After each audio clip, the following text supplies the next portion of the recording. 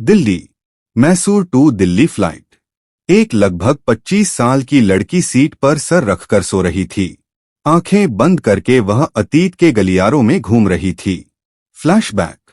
दिल्ली के city hospital में एक डॉक्टर एक लड़की को कह रही थी कि दिव्या, तुम मां बनने वाली हो। यह सुनते हैं उसकी कत्थई आंखें हैरानी से फैल गई। उसे इस बात पर यकीन ही नहीं हो रहा था, क्योंकि आज तक वह किसी भी लड़के के नजदीक नहीं गई थी और उसका पति भी शादी के कुछ दिन बाद ही मुंबई चला गया था। लेकिन उसने अभी तक दिव्या को कभी छुआ तक नहीं था। उसने चिल्लाते हुए डॉक्टर से पूछा, यह कैसे हो सकता है डॉट। तभी उसके पिता संदीप सहाय कहते हैं, इसमें इतना परेशान होने की क्या बात है डॉट। यह तो अच्छी बात है। दिव्या उन्हें यह भी नहीं बता सकती थी कि वह आखिर परेशान क्यों है। घर आने के बाद जब संदीप सहाय दिव्या की मां को उसके बारे में बताते हैं तो दिव्या की उम्मीद के उलट उसकी मां कहती है कि यह तो बहुत ही खुशी की बात है। मैं नानी बनने वाली हूं और आप नाना। नेहा, जो दिव्या की सौतेली बहन थी, वह भी यह सुनकर खुशी से उछलते हुए कहती है, और मैं मौसी बनने वाली हूं। इस बात पर तो मिठाई बांटनी चाहिए। दिव्या की मां, हाँ, और मैं भी उन लोगों को फोन करके ये खुशखबरी दे देती हूं। वह तुरंत दिव्या के ससुराल में फोन करके ये खुशखबरी दे देती है और वहां पर भी खुशी का माहौल हो जाता है। सब लोग आने वाले नन्हे मेहमान के बारे में सुनकर काफी ज्यादा एक्साइटेड थे। उन लोगों को बताने के बाद दिव्या की मां उससे कहती है, अब तुम बिल्कुल भी लापरवाही करोगी। तुम्हें पूरी तरह से रेस्ट करना है और स्ट्रेस तो बिल्कुल भी नहीं लेना है। और हाँ, आकाश को भी फोन करके बता देना।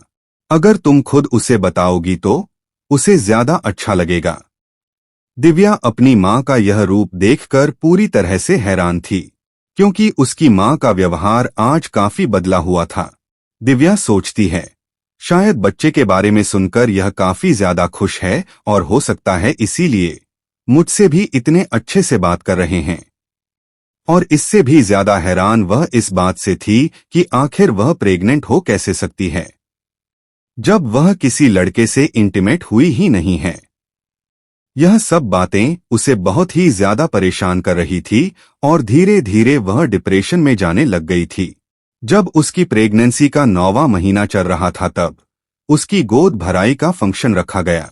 सब लोग काफी ज्यादा खुश थे दिव्या को छोड़कर, क्योंकि जब से आकाश ने उसकी प्रेगनेंसी के बारे में सुना था तब से उसने उसे कभी बात तक नहीं की थी और उसके नंबर भी ब्लॉक कर दिया था। वह यही सोच रही थी कि आकाश का सामना कैसे करेंगी और उसे यह सब कुछ कैसे समझाएगी, जब उसे खुद ही कुछ समझ नहीं आ रहा। फंक्शन काफी धूमधाम से चल रहा था। तभी दरवाजे पर एक कार आकर रुकती है। सब लोगों का ध्यान इस तरफ जाता है, जिसमें से आकाश उतर कर आता है। आकाश को देखते ही सब लोग और भी ज्यादा एक्साइटेड हो जाते हैं, क्योंकि उसने सबको यही बोल रखा था कि वह इस फंक्शन में नहीं आ पाएगा। आकाश को देखकर एक पल को दिव्या के दिल की धड़कन भी बढ़ जाती है, क्योंकि उसे इस वक्त फंक्शन में आया देखकर उसे लग रहा था कि शायद आकाश उसकी बात को समझ रहा है। आकाश धीरे धीरे चलता हुआ आगे आता है और दिव्या के सामने आकर खड़ा हो जाता है।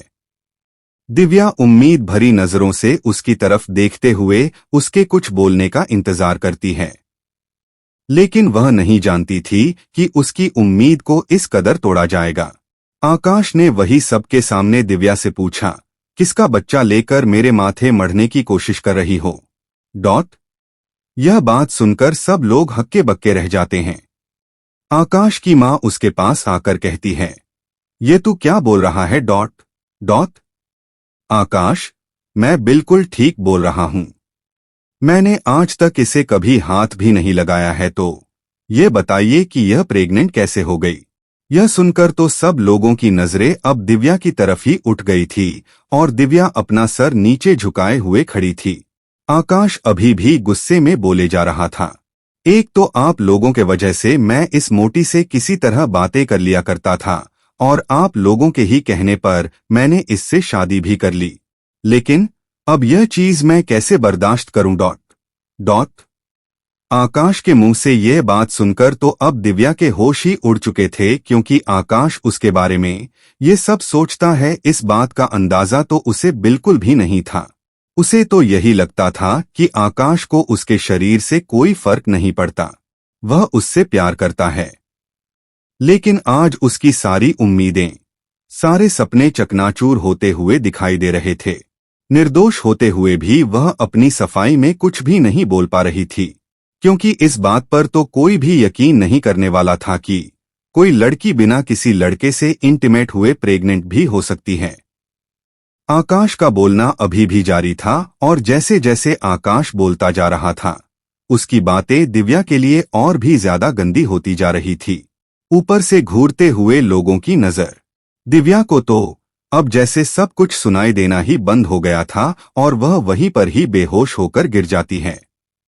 मम्मा मम्मा उठो, फ्लाइट लैंड होने वाला है।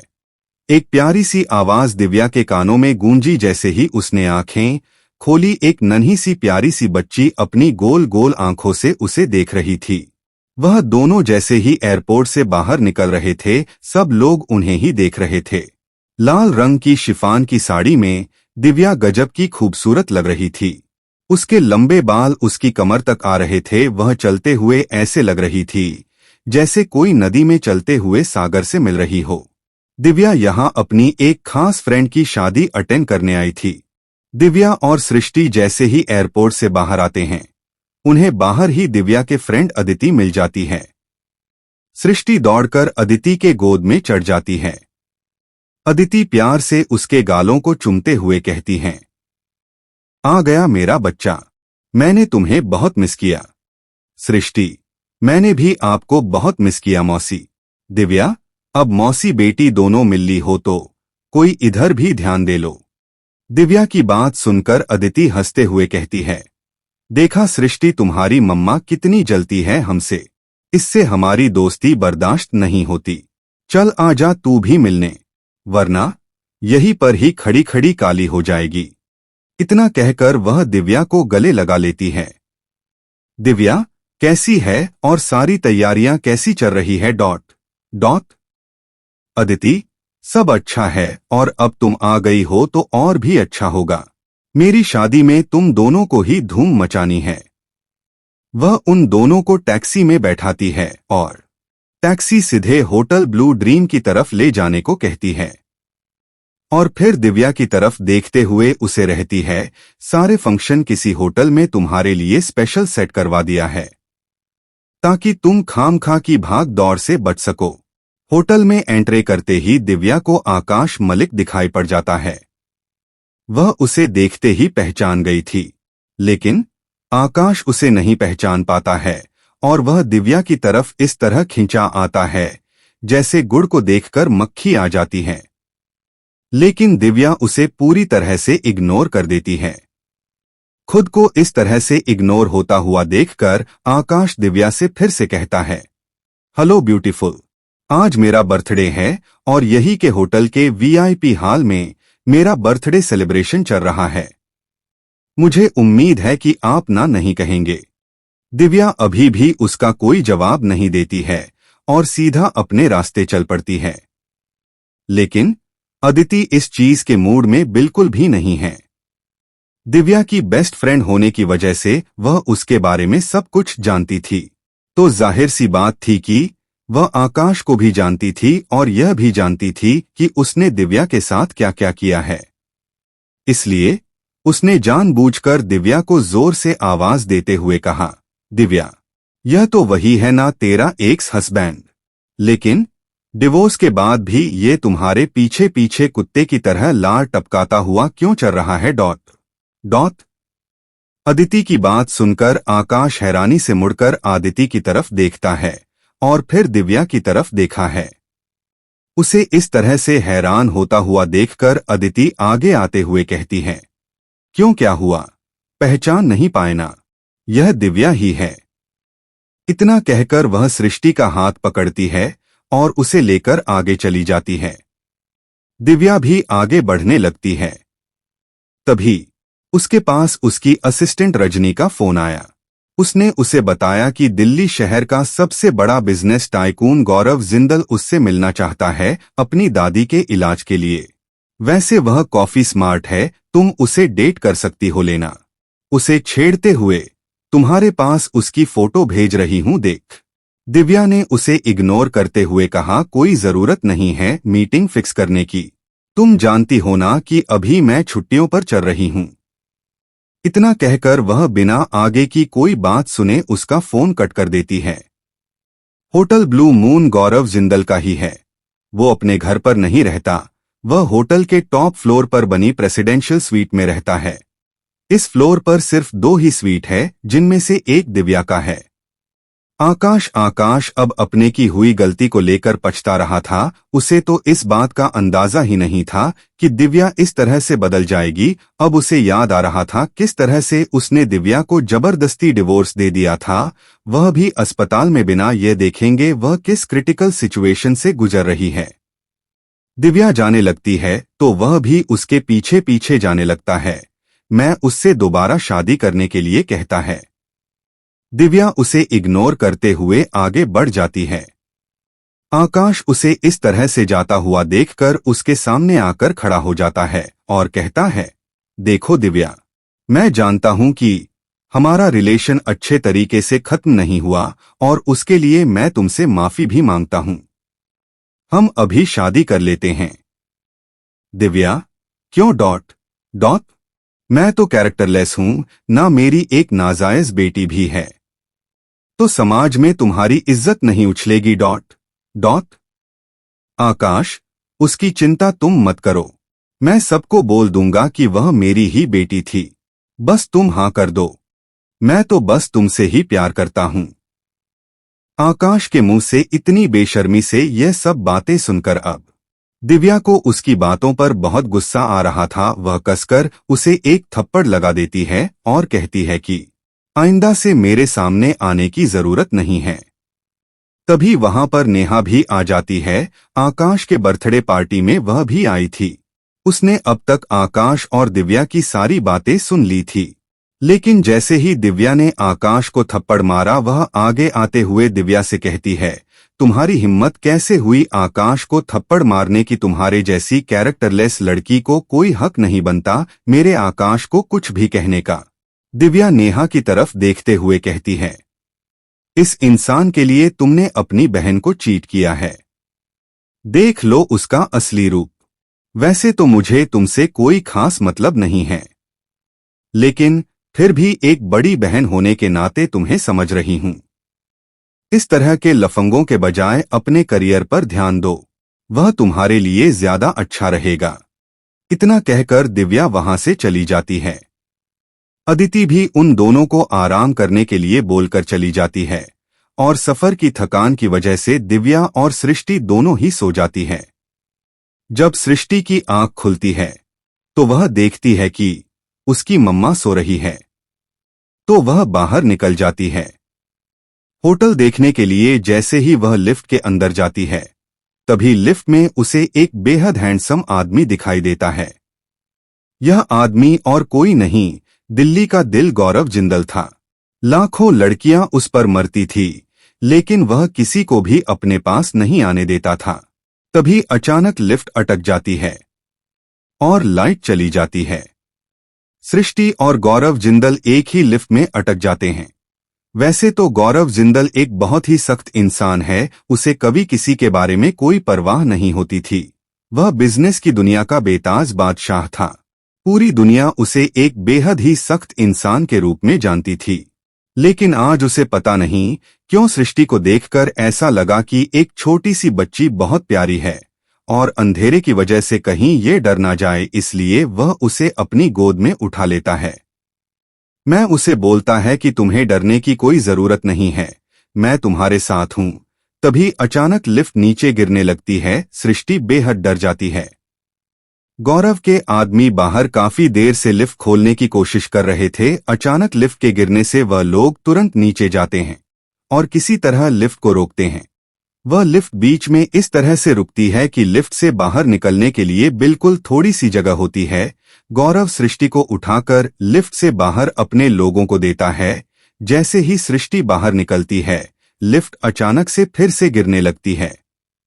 लिफ्ट जैसे ही ग्राउंड से टकराने वाली होती है, उससे कुछ सेकंड पहले ही गौरव किसी तरह लिफ्ट से बाहर कूदकर अपनी जान बचा लेता है। उसे काफी चोटें आई थी। वहां पर काफी भीड़ जमा हो जाती है। तब तक है दिव्या भी वहां पर आ जाती है, और जब वह है सृष्टि को देखती है तो घबरा जाती है और दौड़कर उसके पास जाती है। तब सृष्टि उसे बताती है कि एक हैंडसम अंकल ने उसकी जान बचाई है और आपको उसे थैंक यू बोलना चाहिए। वह उसे गौरव से मिलाने के लिए ले जाती है, लेकिन तब तक गौरव जा चुका था। अगले दिन जब दिव्या सो रही होती है, तब सृष्टि की आंखें जल्दी खुल जाती है। उसे भूख लग रही थी। वह रूम सर्विस को बुलाने का सोचती है, लेकिन फिर उसे ध्यान आता है कि इससे उसकी अम्मा की नींद डिस्टर्ब हो सकती है। इसलिए वह नीचे होटल के रेस्टोरेंट में जाकर खाने के बारे में सोचती है। जब वह वहां जाती है तो देखती है कि उसके हैंडसम अंकल भी वहीं पर है। वह गौरव के पास जाकर कहती है, हेलो कूल अंकल। जैसे ही गौरव सृष्टि को देखता है, उसके चेहरे पर अपने आप ही एक बहुत ही प्यारी सी मुस्कान आ जाती है। उसके आसपास वाले लोग बहुत हैरान थे। उन्होंने शायद पहली बार गौरव को इस तरह से मुस्कुराते देखा था। उन्हें तो यकीन ही नहीं हो रहा था कि ये वही गौरव जिंदल है, जिसका गुस्सा हमेशा उसकी नाक पर रहता है। सृष्टि को देखकर पता नहीं क्यों उसे बहुत अपनापन लगता है। वह उससे कहता है कि वह यहाँ क्या कर रही है। तब वह उसे बताती है कि मुझे भूख लग रही है। यह सुनते ही गौरव उसके लिए खाना मंगवाता है और वह दोनों साथ बैठकर ब्रेकफास्ट करने लगते हैं। गौरव से पूछता है कि तुम्हें क्या पसंद है। सृष्टि बताती है कि उसे रेड वेलवेट केक बहुत पसंद है। ये सुनते ही गौरव हैरान हो जाता है, क्योंकि यह फ्लेवर उसे भी बहुत पसंद था। गौरव और सृष्टि दोनों को ही एक दूसरे का साथ बहुत पसंद आता है। वह काफी देर तक बातें करते रहते हैं। तब गौरव उससे पूछता है कि तुम अकेले यहाँ क्या कर रही हो। तब सृष्टि बताती है कि वह यहाँ अपनी मम्मा के साथ आई है। गौरव उसे बोलता है कि अब तुम्हें अपने कमरे में वापस जाना चाहिए, नहीं तो तुम्हारी मम्मा तुम्हारे लिए परेशान हो रही होगी। इतना बोलकर वह वहां से चला जाता है। सृष्टि भी वापस आने के लिए चल पड़ती है। इधर दिव्या की आंख खुलती है। जब वह अपने साइड में देखती है तो सृष्टि वहां नहीं होती। वह बाथरूम में देखती है, लेकिन उसे वह कहीं नहीं मिलती। फिर वह उसे फोन करने का सोचती है, लेकिन जब फोन करती है तब पता चलता है कि सृष्टि अपना फोन भी नहीं लेकर गई। घबराहट में दिव्या तुरंत रूम से बाहर जाती है और उसे ढूंढने लगती है। जैसे ही वह लिफ्ट के पास जाती है और लिफ्ट खुलती है तो उसमें से सृष्टि बाहर निकलती है। सृष्टि को देखते ही उसकी जान में जान आती है। क्योंकि वह बहुत परेशान थी, इसलिए उसे गुस्सा भी आ रहा था। वह रोते हुए सृष्टि को अपने गले लगाती है और काफी देर बाद जब वह शांत हो जाती है तब वह गुस्से में सृष्टि से पूछती है कि वह कहाँ गई थी। मम्मा तुमसे बहुत नाराज है। तभी सृष्टि उसे प्यार से गले लगाते हुए क्यूट सा फेस बनाकर कहती है, आप इस दुनिया की सबसे अच्छी मम्मा हो। मैं आपसे बहुत प्यार करती हूँ। यह सृष्टि का फेवरेट डायलॉग था। जब भी दिव्या गुस्सा होती थी या सृष्टि को कोई बात मनवानी होती थी तो वह यही डायलॉग यूज करती थी। हालांकि दिव्या को पता होता था, लेकिन फिर भी वह उसकी बात मान जाती थी।